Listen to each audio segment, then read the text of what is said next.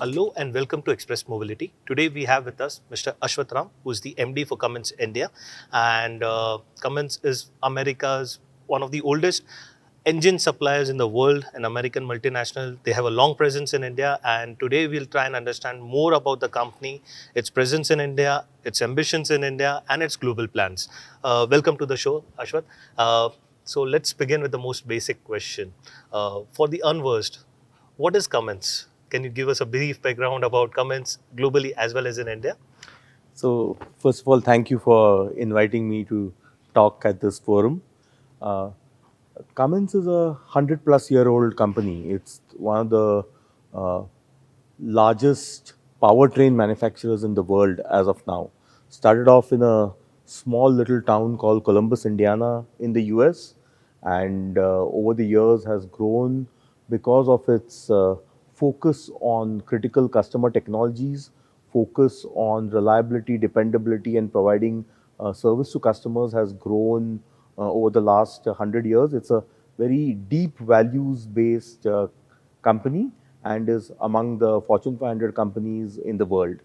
We came to India in 1962 and started off as a small factory making diesel engines for the Indian market right here behind us over here in this campus.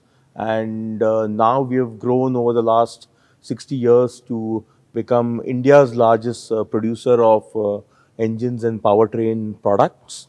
And we are celebrating our 60th anniversary this year. So it's a real exciting time, and we have the fortune of having some of the best customers in the entire automotive as well as other markets in the world. Correct. And first of all, congratulations on completing 60 years this year. So how do you see the evolution of Indian automotive industry? India being one of the youngest automotive market, but fortunately we are now the fourth largest automotive market and one of the fastest growing markets. So how do you see the evolution over the years? Yeah, so I think the opportunity as far as India is concerned is endless. We are soon getting to be a country of 1.5 billion people. We are going to have one of the largest road networks in the world. So, where we are today is, I think, where China used to be in the late 80s and 90s in terms of scale. And then they saw 10 or 15 or 20 years of growth, which was unprecedented. And I think India is getting ready to get to that kind of inflection point where we can go from being the fourth player in the automotive space to maybe being in the top three. And I certainly think that we have the capability to do that. We are now regarded as having really high quality. We have the greatest cost structures in the world, and we are bringing in a lot of innovation, a lot of technology, and we have our own local markets as well. So the combination of being a great place to manufacture and produce things, having a great infrastructure for supplier base for manufacturing, I think is going to lead to a strong growth for us in this market in the long term. Right. And you spoke about India being where China was 15, 20 years back. Again, when we compare apple to apple, India is also known for frugal innovation and engineering. Coming to the India China plus one strategy, last 2 years during the COVID, India is now more aggressively being looked upon as a manufacturing hub. What we were used to be not seen only as an IT, but now we are also in manufacturing and R&D hub. Do you see what kind of growth or importance does India play in Cummins' overall strategy? If you look at the overall Cummins business in India, I would say about 20 to 25% of everything that we produce, even today, we export. And I see our entitlement as somewhere close to 40 to 50%. So we have a lot of opportunities. Uh, we are scaling up. We have set up tremendous capacities in India. It's one of our major manufacturing hubs in the world. And so I'm quite bullish and optimistic that the next 10 or 15 years will see significant more opportunities open up for Cummins in India to export to other markets around the world. Okay. So, if you can give us a rough idea about, what kind of production capacity you have in India, what are the products that you currently manufacture for the automotive space, and the kind of investments you have put in. Right. So Cummins, as you know, has been in this market since 1962. But in the last 15 years, we have invested close to $1 billion in India as far as setting up capacity and capability.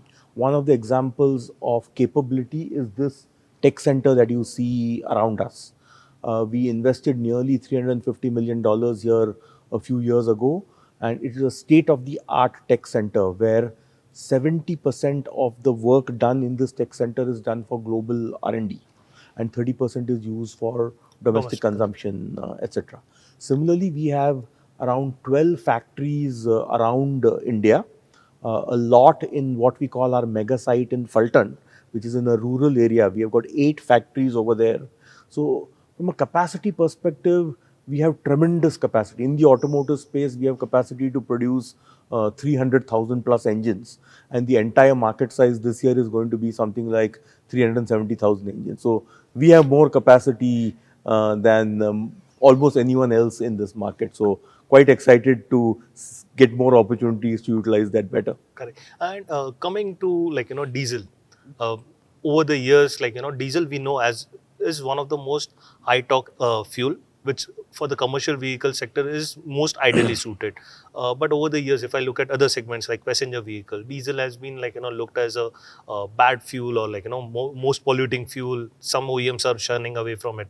But on the commercial vehicle side, I don't think so. We have found an alternative at present which can serve the same kind of purpose at a cost which is affordable for the end customer as well. So, what do you see, or what is your opinion about the role of diesel in the commercial vehicle sector? So, first of all, I want to be clear that climate change is the existential crisis of our time. We are seeing the impacts of climate change. Even today, if you go to Delhi this week, you will see that the air pollution level is higher than it's ever been before. Correct. We have seen global warming and the impacts of global warming. So Cummins is committed to a zero carbon journey. We've already stated publicly that by 2050 we will be a zero carbon company. India has its own ambition of wanting to be a zero carbon nation by 2070. Right. Some countries like China and Brazil have said they want to be zero carbon by 2060. So it's going to take a path. So it's not an overnight light switch event. It's a process. Correct. So what's going to happen in the next 30 or 40 years? We believe it's going to happen in 3 phases. The first phase, which is going through now, is where we get to take existing technologies that exist, like clean diesel, ethanol, methanol, Flex fuels. LNG, CNG, a whole bunch of other fuels, and get a lower carbon output. So the next 10, 15 years is going to be all about that. And we have got all the technologies to do that available right now. Beyond that is a period called the messy middle. And what's going to happen in the messy middle is that that's when some of these alternate technologies are going to get more mature. We'll start to see us introduce more products in something called hydrogen ice. So, just for your information, we are going to launch hydrogen ice at the Auto Expo in January. And hydrogen ice is taking an internal combustion engine and actually burning hydrogen in it. So you have a clean output from day one without having to change the entire carcass of the vehicle. So it's going to be a time, the messy middle is going to be a time where a whole bunch of technologies are going to be fighting with each other to demonstrate what is the best value to customers. So it could be hybrid technologies, it could be hydrogen ice, it could be some forms of fuel cells, it could be even cleaner and more efficient synthetic fuels, including synthetic diesels, etc. So that period we think is another, like a 15-20 year kind of period. And then you will see the transition to when we go get into pure electric, pure fuel cells will become more affordable. And that we think is the way the journey is going to go. And in certain types of markets where, like, we also make big engines, as you know, Correct. and in some of those markets, we don't think the transition will happen even in the future. We think even in the future, there could be some form of hybridization happening, but some of this diesel technology may continue even for 40 or 50 years. So you mentioned about hydrogen ICE engine. So apart from hydrogen ICE engine, what are the other products or areas that you're focusing on? Uh, So for the short term, we have already launching compressed natural gas and LNG engines. So the government of India is putting in lot of investment in infrastructure to lay pipeline for CNG and LNG, correct. and we are launching a whole range of engines which give diesel-like performance with gas. This has never been done before. Correct. So historically, when you launch the gas engine performance would be like 75 to 80% of diesel, but never as good as diesel. But we have now upgraded the technologies. We are able to provide diesel-like performance out of gas engines, and we are launching these products this year, and so they'll be available in the market soon. So that will help the country reduce its dependence on pure diesel and then use these alternate fuels. These alternate fuels also have a lower carbon burden. And so you can't wait for 2050 or 2060 to say that, okay, there will be a plateau event and then suddenly everything will become clean. Correct. There's a huge amount of savings if you follow a curve of how today we can get savings out of the existing technology, making diesel cleaner, using CNG, LNG, improving the fuel economy, using lower emission control, better emission control devices, and the combination of all of that will help clean the environment as well. Coming to LNG, recently one of the companies in Pune only itself launched India's first LNG truck. But right now, if we talk about infrastructure, it's a chicken and egg situation. Yeah. How do you deal with it? Because you may launch a product, but if the infrastructure is not there, customers will not be able to completely utilize that. Yeah. See, Cummins's view is that because of this kind of situation, we have invested in multiple technologies, and in pretty much in every technology that we have invested in, we are the technology leaders, and that's the reason for the success of this company over 100 years. Is that in whichever technology we invest in, we usually have the best products, Correct. and so even in the LNG and CNG space, that's our goal, to have the best products, give the best value to our customers, and then if the right fuels are available, they buy our products as compared to other people's products. And coming to hydrogen fuel cell, like a lot many people talk about electrification, hydrogen fuel cell. We talk about new products, but what happens to the existing vehicle park? Like you can't just expect the customer to sell it off because there's a new technology in place. Especially in the commercial vehicle segment, the usage is long, like compared to a personal vehicle, and over here it's all about TCO. So is there some way that, like or is Cummins looking at a retrofit or an aftermarket solution for this customers? So we play in that market in multiple ways. We have an entire business which we call the recon business. So what we do is we take engines which have been used for X amount of life, or if their life has gone away, we bring it back into a Cummins factory, use production line and latest technology to recondition the engine and get it back to new like performance. So that's our recon business. It's very successful around the world. In India, so far, that model hasn't been successful. But in the future, as the engines get more sophisticated, it will work for India as well. So that's one path. Because when you recondition the engine, you use one third the amount of energy as you do when you make a brand new engine. So there's huge amount of green advantage to doing that. The second portion is what we call retrofitting product.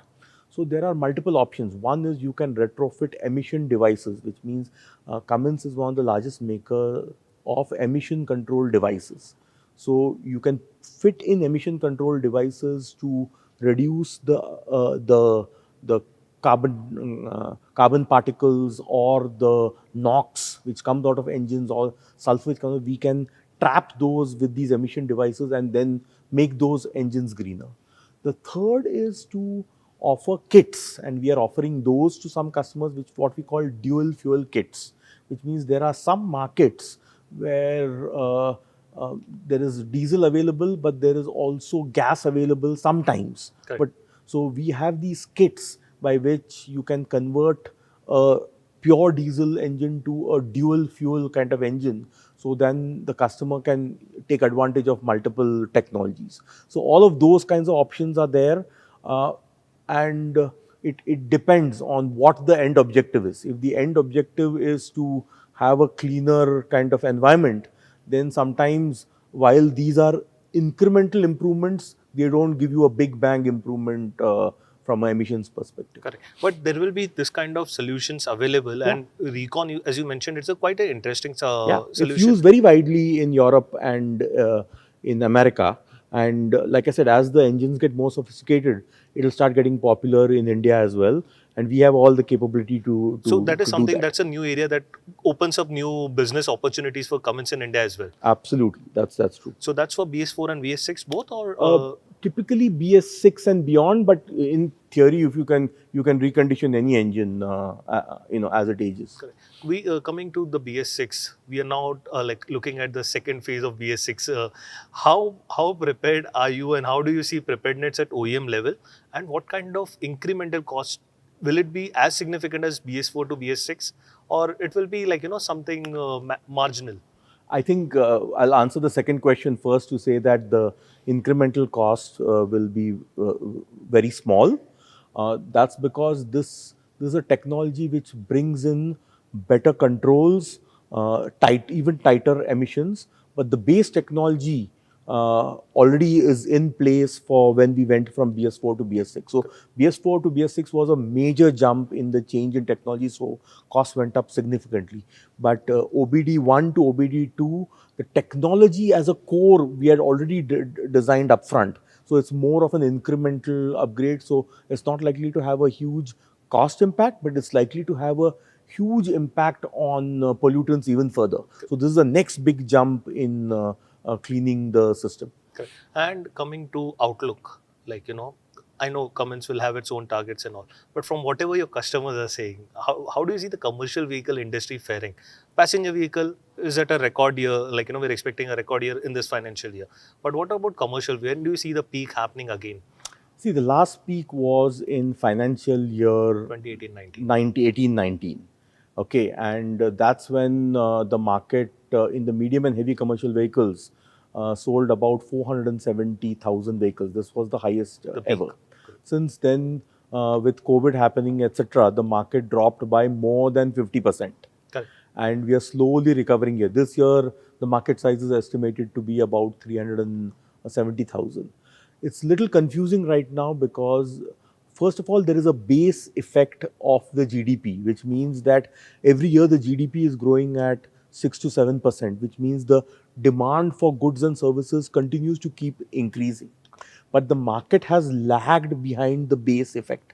So it's likely that even with all this global turmoil, that the demand will continue to keep getting stronger. We are optimistic. We think the demand will keep rising, and if if the infrastructure in India grows the way it did in China between between 1990 and 2010, their vehicle size grew from something like 650,000, it went to 1.5 million vehicles in that space. Almost doubled. More than doubled. Doubled. Correct. So let's assume that it doesn't happen in India. Even if it were to just grow by 50%, you're still talking about pretty significant Jump. rise in demand over the next 10, 15 years. So we are very optimistic about the automotive market in India. Correct. So you mean to say the infrastructure and the the staggering demand that was, I mean, the demand that has not yet come back to the market, the replacement cycle and everything, if it plays according to it is projected, unless there is a major disruption, Yeah. we are on the right track. We are on the right track, and yeah, it's very difficult to say that it's going to happen exactly in this year, but I think all trends are pointing towards the next 10 years, during the next 10 years, to have another few peaks happening. Correct. And coming to in the future outlook, organic growth, inorganic growth, Cummins globally has not shied away, from making acquisitions and going for aggressive inorganic growth. what is the strategy globally? I know you can't talk about individual companies, but inorganic growth is something that Cummins India is also looking at aggressively. Yes. So the strategy is pretty straightforward. In our core business, we want to be a comprehensive powertrain supplier. So earlier we used to be considered only an engine maker. Correct. Then we moved into supporting technologies which make the engine operate more efficiently to provide more value to our customers. So we went into after treatment, we went into turbochargers, we went into filtration, we went into electronics, and we went into some fuel systems, right? Then what we began seeing is we were reaching a plateau of how much more efficiency you can get out of these products. So then we formed a joint venture with Eaton to get into the transmission, so that we could combine the transmission and the engine and get even more efficiency for the customer. And now we have gone into the remaining portion of the powertrain, which is the axles and some portions of the brakes. So now when we look at a customer, we can provide a complete integrated solution and provide the best value for money, the best TCO of operating cost, better fuel economy, better, and with better fuel economy, automatically you consume less fuel, so you are more carbon neutral. Correct. So the strategy is to work towards a zero carbon world while trying to be a complete integrated powertrain supplier. Correct. And those kinds of options, as they open up in India, we will be open to ideas and options to to provide better value to our customers. Correct. So basically, being an integrated supplier, you have better control over the performance, cost, and also you are able to pass it on to your customer, and that means quicker time to market for them. That's right. And eventually, what are they doing? We make working vehicles, which means customers look to us for two things: innovation, which means solutions that we can give them to reduce their cost, improve the quality, improve the dependability, and uptime.